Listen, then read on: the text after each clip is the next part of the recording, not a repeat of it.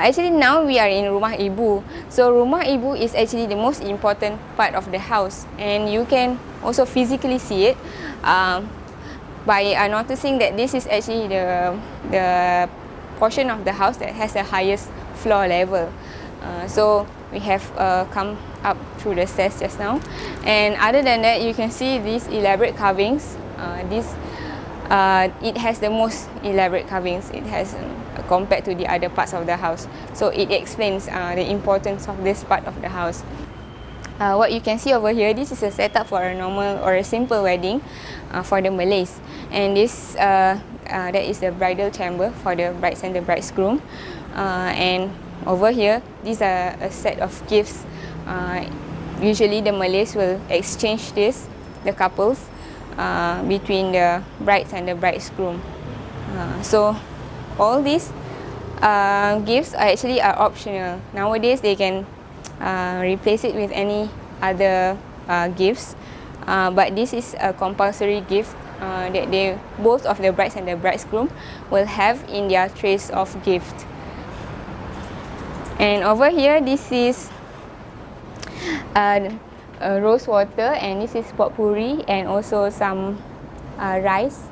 This is actually will be involved in a ritual which is called blessing the couple. This is one of the process of selecting a good site for the house, and it involves this kind of elements of Hinduism and also animism, because they will get a shaman or a witch doctor to burn the incense, and usually during this kind of ritual they will call upon the spirit. And how did actually we came to know that this is the main pillar is by discovering the 1916 coin, straight settlement coins underneath this pillar. So in between the pillar and the concrete stump, we found the 1916 coin that they actually use as an offering. So it is not present at the other pillars, only this pillar. So that's how we know that this is the main pillar. So on top of the pillars, you can also see the 3 layers of cloth, the red, white and the black cloth. And this is called bunga halang. Bunga halang is the 3 layers of cloth is actually an offering as well, for them to shoo away the bad spirit, to ward off the evil spirit from the house, to protect the house occupants. So actually, when we have moved this house here, this has become the west, and so that's why we have put a praying mat here. So usually that's why the Malays would like to keep their house clean, because they will also pray at the same area, and they will also usually just sit on the floor, and that's why they will need to keep clean very often. And if you notice, the windows over here is lower than the one in front, but it is to this height, because normally the Malays will sit on the floor, and that will be the most convenient height for them. The windows are of louvers like this, so when it's raining they can shut the windows, but they can still open it for ventilation, the louvers. And the carvings over here, it's not only for decorative purpose, but it also allows the light to come in and also the air. Abu Seman actually has 4 wives altogether. So in this particular house, he had 2 wives living together, which is the first and the third wife. So that's why he has 2 bedrooms for each of the wife that's living inside this house. So like for example, this one we just make it, since we have a wedding chamber, we also try to make one bridal bed like this, and that one is just to show a normal simple bedroom. And there's also a ladder leading towards an attic upstairs. What is upstairs? Attic is just a space.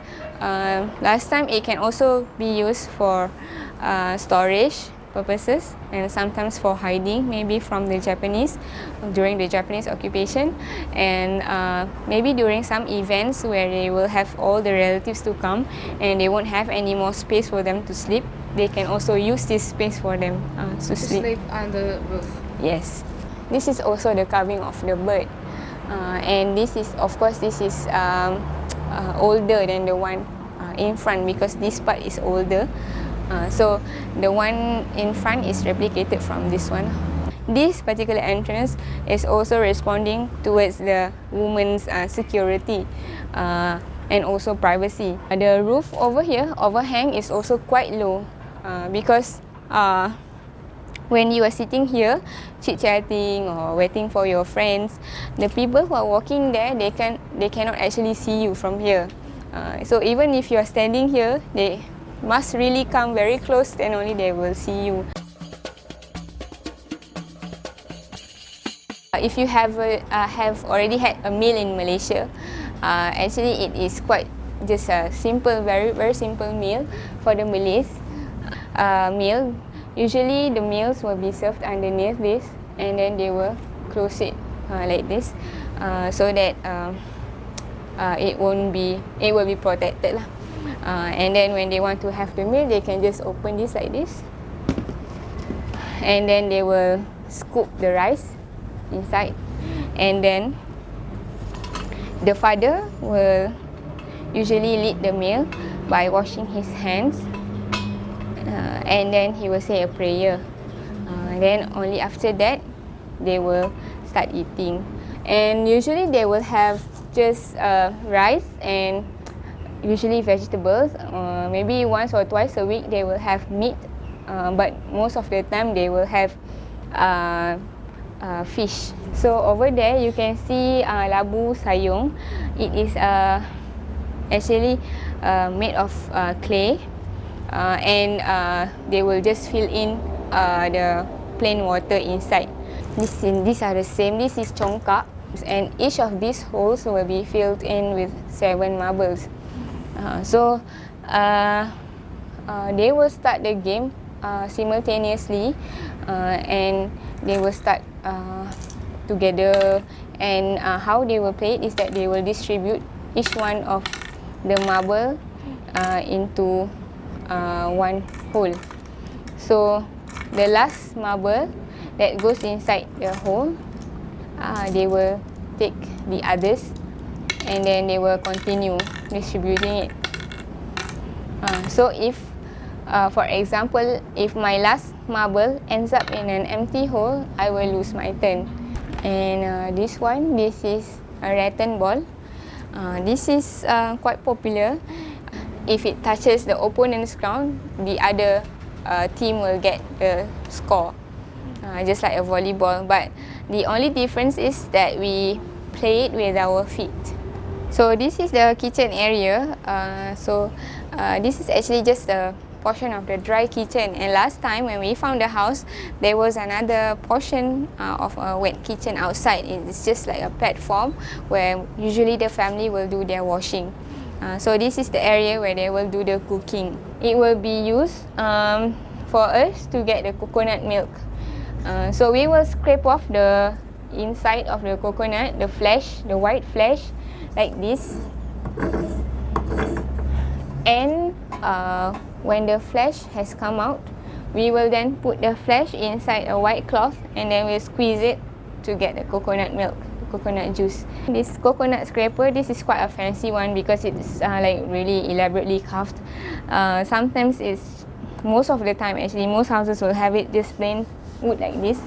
And this one, this is quite small for us to sit, but sometimes we can sit on it just like a horse riding like that. This will be made of a few layers. So underneath, the most bottom part of this layer is actually the banana trunk, and then it will be covered with clays and pebbles, so that it will be a good insulation for them to burn the fire here. And also the design of the kitchen, you see there's also, they make the jack roof there, And if compared to the space in front, this doesn't have the ceiling, so they will need this to just make sure that the hot air can go off very quickly lah. I suppose in Southeast Asia they also have this wood because it's a tropical climate. But we do have it in abundance lah. Yeah, because we have a lush rainforest.